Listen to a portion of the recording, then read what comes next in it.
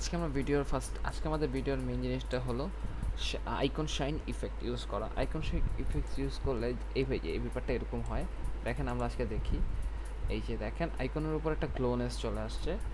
এই গ্লোনেসটা কীভাবে আনবো? এই গ্লোনেসটা আনার জন্য আমাদের প্রথমে একটা আইকন নিতে হবে। আইকনটা আমরা রাখবো। আইকনের উপর আমরা যখন আইকনের সাথে একটা ইফেক্ট নিব। ইফেক্টের নাম হলো লাইটিং ইফেক্ট। লাইটিং ইফেক্ট আমরা আইকনের উপর যখন ড্র্যাগ করে ছেড়ে দিব, তখন আমাদের ইফেক্ট কন্ট্রোল প্যানেলে একটি লাইটিং ইফেক্ট নামে একটা বেস জেনারেট হবে। বেস জেনারেটরে তখন আপনি যখন ইফেক্টটা যখন ড্র্যাগ করছি, তখন দেখেন এই জায়গাটা একটু লাইট শেপ হয়ে গেছে। লাইট শেপ হওয়ার পরে আমরা কি করব, আমরা একটা শেপ নিব। শেপ নেওয়ার পর শেপটাকে আমরা একটা সাইডে নিব। সাইডে নেওয়ার পর এই যে শেপটাকে আমরা আমাদের প্রয়োজন অনুযায়ী ট্র্যাক করে নিলাম।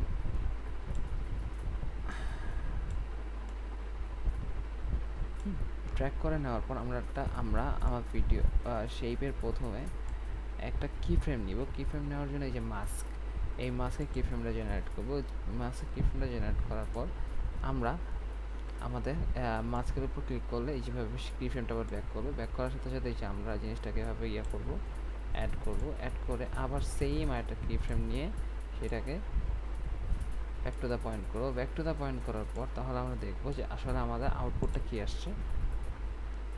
দেখছেন? সুন্দর হয়েছে। Thank you.